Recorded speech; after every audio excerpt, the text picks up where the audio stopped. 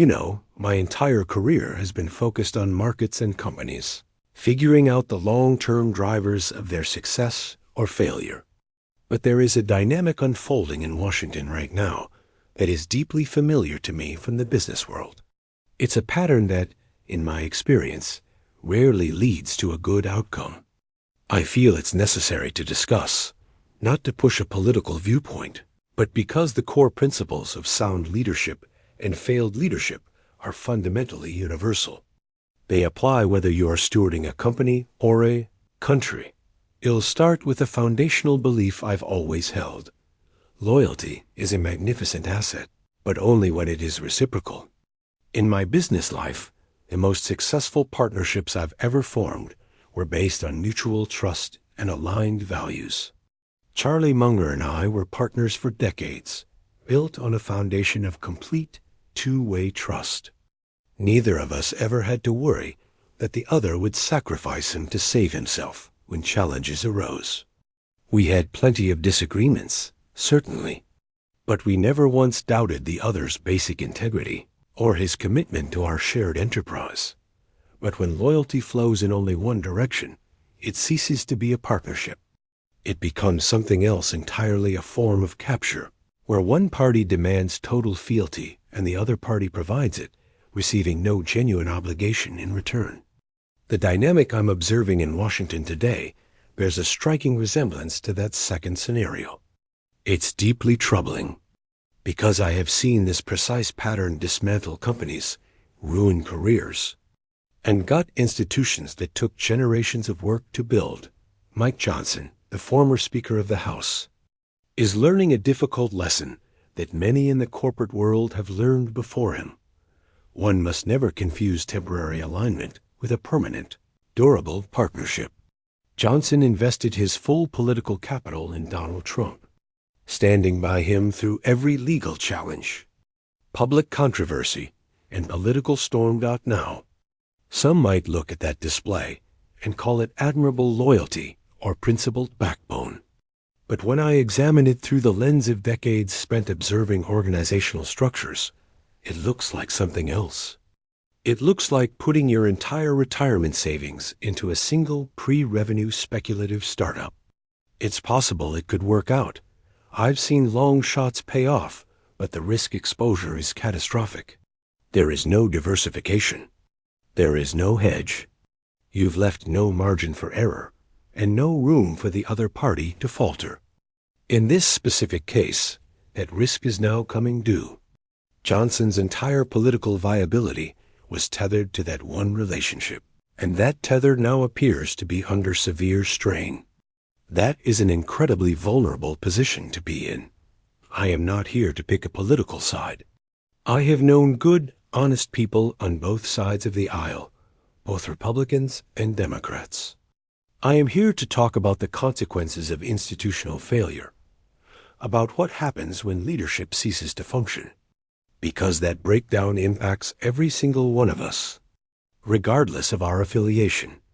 Johnson's refusal to negotiate with Democrats, from what I can observe, is not based on a strategic calculation that a better deal is forthcoming. It appears to be based on a fear that any move deviating from the approved script will destroy his standing with a specific base. He'd used terms like ransom, which may generate applause on cable news. But it is not the work of leadership. When both sides simply dig in and point fingers, the resulting damage doesn't stay contained. It spreads, much like inflation coursing through an economy. I remember the 1970s. When inflation takes root, it infects every transaction. Bread costs more, gas costs more, your savings are worth less. It permeates the entire system. That is what is happening here, but with dysfunction instead of inflation. It's spreading from one institution to the next, poisoning issue after issue, until the entire government is affected. The government remains shuttered. Federal workers go without pay. Markets, which hate uncertainty, get nervous. And even the president seems to accept the stalemate, offering no leadership to break the impasse, no constructive leverage, no path forward, I have no knowledge of the private conversations, but the public behavior suggests no urgency to find a solution. I've always said that inaction is a choice, and the choice being made right now is costing the country dearly. In business, when you face a crisis, you do not amplify it by refusing to talk. You find a resolution. You make the necessary compromises. You protect the institution above all else. I think back to the 2008 financial crisis. A lot of painful decisions had to be made. People had to put their pride and their preferences aside and collaborate to prevent a total systemic collapse. It was ugly and imperfect, but it was vital. The leaders who navigated that crisis did not do so by refusing to take the other side's call. A rule I've followed in business for decades is directly applicable here. Never place all your assets in one basket, particularly when that basket is known for its unpredictability. Johnson designed his entire political existence around a single relationship. He did not build bridges to the other side. He did not foster alliances with moderates in his own party. He wagered everything on Trump. And now he is discovering the downside of a one-sided relationship. He is learning what happens when that loyalty is not returned. Trump has publicly attacked his shutdown strategy and described his budget ideas as reckless. I do not use a word like reckless casually. In business, reckless implies an exposure to unacceptable risk without a corresponding reward. It is a profound accusation. Coming from the very person Johnson had built his entire strategy around, this isn't a simple disagreement. It represents a total wipeout of his political credit. Within the Republican ranks, this sends an unmistakable and chilling message. Your devotion is not an insurance policy. The moment your utility fades, you are no longer an asset. You are a liability. In the corporate world, when a CEO begins to treat his most loyal executives as disposable, it tells you everything you need to know about the company culture. It signifies that loyalty is not valued as a long-term, durable asset. It is treated as a short-term transactional commodity. The operating principle becomes, what have you done for me lately? When that culture takes hold, the best people quietly head for the exits. The ones who stay shift their focus from doing what's right for the organization to simply protecting themselves. You get a culture of CYA, cover your rear. Everyone documents everything, not to improve the business, but to ensure they cannot be blamed when the inevitable failure occurs. This is precisely what I see in Washington. There is more energy spent on protecting individual positions than on governing. The primary concern seems to be how a decision will be perceived on Fox News or MSNBC, rather than whether it actually solves a problem. This is a clear indicator of organizational failure, whether in a corporation or a government. Trump's decision to sever ties with a steadfast ally is not just a personal matter. It is an institutional one. It signals to every other Republican that their loyalty is not a fixed return asset. It is a highly speculative, out-of-the-money option. You can vote in lockstep, defend him in every storm, and sacrifice your own credibility. But if your political value dips, your position is liquidated. There is no warning, no golden parachute, no severance. Just gone. That message permeates quickly. Capitol Hill is now filled with lawmakers who must be realizing their entire careers are dependent on the whims of someone with no visible long-term commitments. That is a deeply unstable position. It is like being an employee at a company where the CEO is famous for firing people impulsively, where job security is non-existent, and where today's hero is tomorrow's scapegoat. I have seen companies like that. They do not survive in the long run. Why? Because all the real talent leaves. You are left with only two types of people: those who cannot get a job elsewhere, and those who are exceptionally good at navigating internal politics, but terrible at doing the actual work. I have seen this pattern repeat in my career. When a dominant leader treats people as expendable, It fosters a toxic culture. People stop thinking about the collective good and think only about their own survival. They stop taking intelligent risks. They stop speaking up when they see a mistake. They just try to stay out of the way. When that happens, the company stops innovating, stops adapting, and eventually, it dies. I remember a company from the 1980s. It was run by a brilliant and charismatic, but completely domineering CEO. He was great at articulating a vision, but he had zero tolerance for being questioned. He could not stand dissent. So, what happened? Every smart, independent thinker who would offer pushback, the people who would say, "Wait, I think this is a flaw," they all left. He was left with a room full of yes men. And within a few years, the company, absent any internal checks, made a series of catastrophic blunders that led it directly into bankruptcy. No one around him was willing to say, "This is a bad idea," because they had all seen what happened to people who did. That is the true danger of that leadership style. It's not about the unfairness to one person. It's about the corrosive effect on the entire organization's ability to function. Across the nation, another development is worth noting. There have been widespread protests, with people expressing deep concern about accountability and the concentration of power. I am not going to opine on the specific numbers, as those are always disputed. Different sources will give you different counts. The exact tally is not the signal. The signal is that when a substantial portion of the population feels the system is failing them, you must pay attention. In markets, we analyze what people do, not just what they say. When capital starts fleeing a specific sector, it tells you something is wrong, even if you can't immediately identify the cause. The same principle applies here. When people are motivated enough to take time from their lives to physically protest, it reflects a level of systemic concern that should not be dismissed. In a market, a monopoly distorts price. In politics, unchecked power distorts democracy. When faith in institutions breaks down, the structure itself begins to crack. There has also been a lot of noise around social media posts and public statements. I am not going to analyze specific incidents. It's not my expertise, and it's not productive. But I will state this as a general rule. When leadership relies on shock value to communicate, the institution suffers. If a CEO I hired spent all his time creating online controversies instead of running the company, the board would have questions.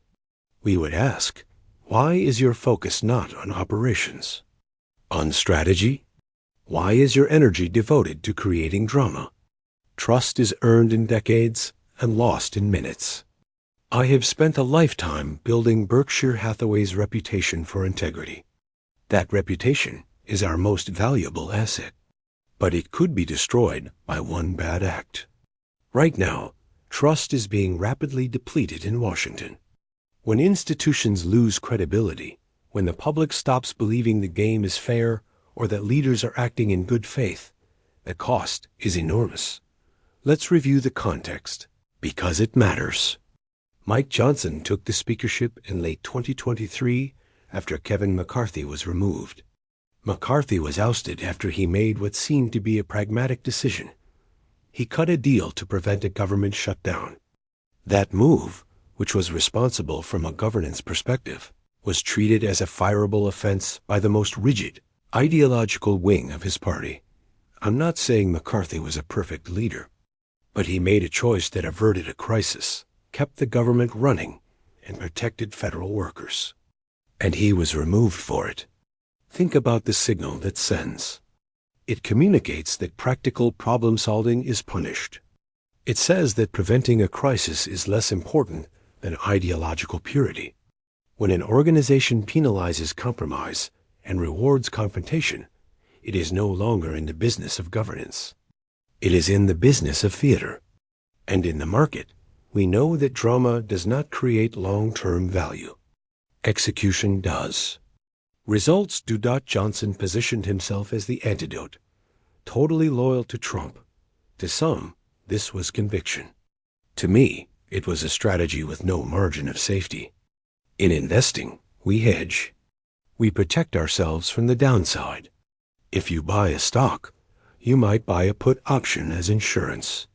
You aren't betting against yourself. You are just being prudent.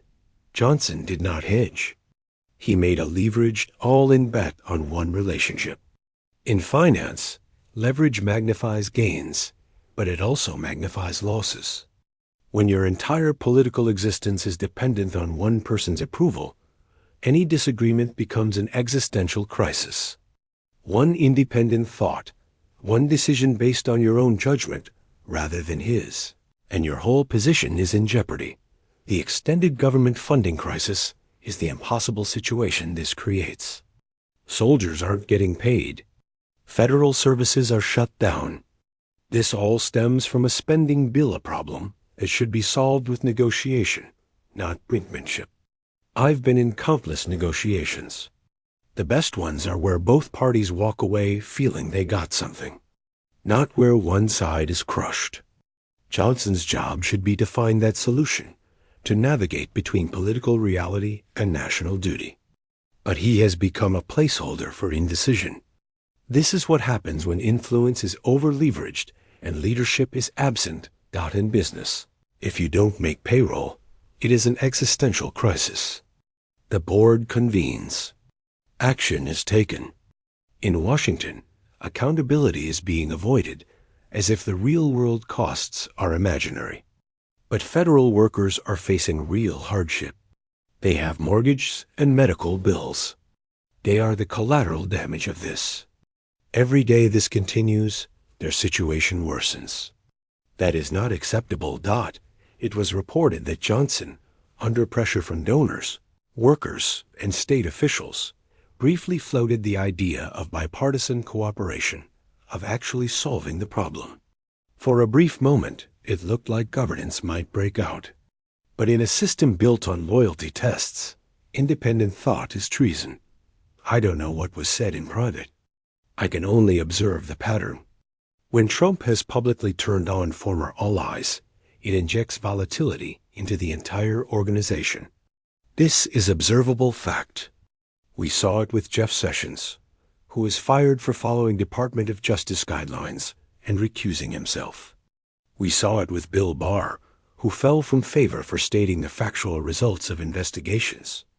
We saw it with Mike Pence, who was abandoned for following his constitutional duty. This isn't about their policies. It's about a pattern where absolute loyalty is demanded, but never returned. In corporate governance, if senior executives are fired for following the rules or speaking factually, it is a massive red flag. It tells shareholders the organization values compliance over competence and image over integrity. Over time, that destroys enterprise value. Kevin McCarthy walked this exact path. Total alignment, zero dissent. He was supportive, voted the right way, said the right things.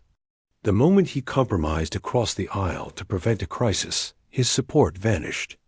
He was not defended. He was sacrificed. Johnson is now caught in the same mechanism. When I see this pattern, I don't see politics. I see an organizational design that actively punishes adaptation and rewards only rigid compliance. This is what worries me. In business, the companies that win are the ones that adapt. The ones that can say, that strategy failed. Let's pivot. The companies that die are the ones that stick to the plan long after it has stopped working. Because they value consistency over results. Any healthy organization requires people willing to tell you the truth, especially when it's uncomfortable. It needs systems that reward results, not just loyalty. It needs leaders who make hard choices for the good of the institution, not for their own popularity. I've always tried to have people around me, like Charlie, who would tell me I was wrong. I'm grateful for it. I'm not infallible. What I see in Washington is the exact opposite, a system running on fear of punishment rather than on the hope of achievement. In the long run, Fear-based organizations always fail. They may look strong for a time, but eventually the cracks appear. The best people leave. The hidden problems surface. And what looked like strength is revealed as fragility. Johnson has drawn sharp criticism, including from his own party. When your most vocal critics are internal, it is a symptom of a deep structural flaw. In business, when board members openly revolt or major investors dump their shares, you know the foundation is rotten. It's not about one person. It's about the system's functionality. I've seen this in toxic company cultures. Factions form. People stop working for the company and start working for their tribe. The question stops being, how do we win? And becomes, how do I protect myself? Performance is the inevitable casualty. The challenge Johnson faces is an impossible equation. To maintain Trump's support, he must block cooperation, prolong the shutdown, and reinforce the narrative that his party cannot govern. In business, that's like rejecting a life-saving deal to please one shareholder while all your customers leave. It looks like loyalty, but it's reputational suicide. On the other hand, if he does his job, negotiates, governs, restores function, he invites backlash from the ideological wing. It is a trap. He is judged not by his results, but by his submission. It's a framework where competent governance is punished. This reminds me of a company I looked at investing in once. On paper, it was flawless. Great margins, great market position. But when I talked to the employees, they all said, we spend more time navigating internal politics than managing the business. That was a red flag. I passed, and sure enough, that company's performance fell off a cliff because all its energy was being consumed internally. Asterisk, in investing, we talk about key man risk, where an entire enterprise depends on one individual. Smart investors diversify to avoid this. The Republican Party, however, appears to have concentrated all its risk in one person. This is not a political critique. It is a risk management observation, and it is a deeply flawed strategy. What I am seeing is the consequence of an organization with no diversification. When one person can withdraw support arbitrarily, it creates systemic volatility. No one feels safe. No one can plan. Everyone shifts to a defensive crouch. When an organization is purely defensive, it stops innovating, and the institution rots from the inside. The downstream effect is visible. Rising anxiety. If someone as loyal as Johnson isn't safe, no one is. That uncertainty cripples an organization. I've run Berkshire for decades, and I know you must keep your people focused outward on customers, competition, and opportunities. You never want them focused inward worrying about how to please the boss or avoid the next firing. When that inward focus takes over, the organization is no longer effective. I've been asked what happens next. I don't speculate on political outcomes, just as I don't speculate on short-term market moves. But I can tell you what usually happens in these situations, based on decades of observation. When a culture becomes toxic and loyalty tests replace performance, you see three things. First, constant turnover. People try to navigate the impossible landscape, fail, and are pushed out. A new person repeats the cycle. This is incredibly expensive, wasting institutional knowledge and energy. Think of the energy spent on speaker elections that could have been spent on governing that second. A race to the bottom in quality. When the criteria for success is compliance, you stop attracting leaders. You attract people who are good at compliance. The talent pool degrades. The best people leave. Third, you see escalating dysfunction that forces a correction. Sometimes it's external, an election. Sometimes it's internal, a total collapse. But systems built on unsustainable foundations always eventually fail. The only question is how much damage is done before that day comes. My deepest concern is not any single politician. It is the erosion of institutional norms, which are the reputational capital of a country. These assets, trust, legitimacy, stability, are worth more than any balance sheet. When they erode, they do not come back quickly. I'm 94 years old. I've seen many political cycles. But this feels different. Not because the stakes are high. They've been high before. It feels different because the institutional guardrails feel weaker than they have in my lifetime. Think of driving a mountain road. The guardrails aren't there to restrict you. They're there to keep you from going over the cliff. When they are weak or missing, one small mistake becomes fatal. That is where we are taught my skill, if I have one, is distinguishing signal from noise. There is a tremendous amount of noise in Washington. But the signal I am picking up is one of profound institutional weakness. It's a system where fear drives more decisions than hope. When you build a system on the preferences of one person, rather than on durable principles, you are building on sand. It might hold when the weather is fine. But when the pressure comes, and it always comes, the structure is vulnerable. I don't want to be entirely pessimistic. Systems can self-correct. But correction requires acknowledging the problem. It requires putting the institution's health above one's personal advantage. I don't see much of that. I see people trying to survive, not to lead. And I understand it. When the system punishes leadership, rational people stop taking risks. But when everyone stops taking risks, the problems don't go away. They compound. The government shutdown is that compounding problem. The costs are real, and they are growing. But solving it requires someone to take a career-ending risk. That is the very definition of a broken system.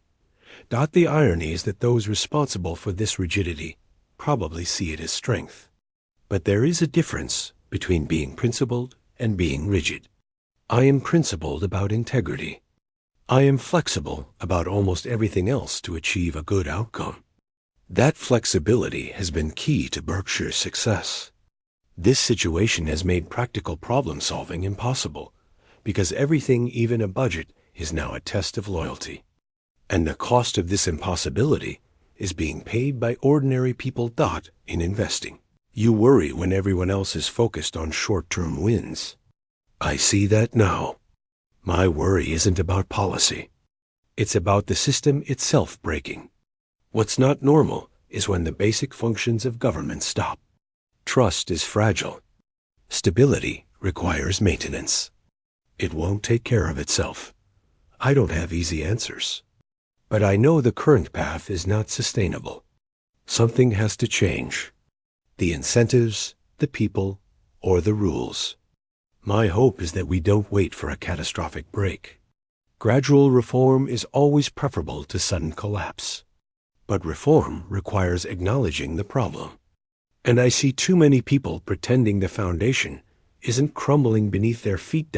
In business, I've always believed, face reality. Bad news doesn't get better with time.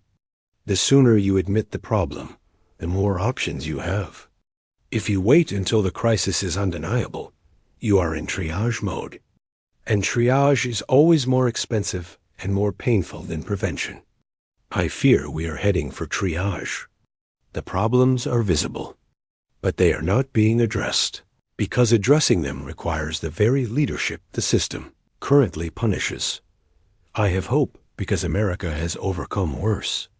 We've had depressions, wars, and crises. We came through them because enough people put the institution first. The founders built checks and balances because they knew concentrated power leads to abuse.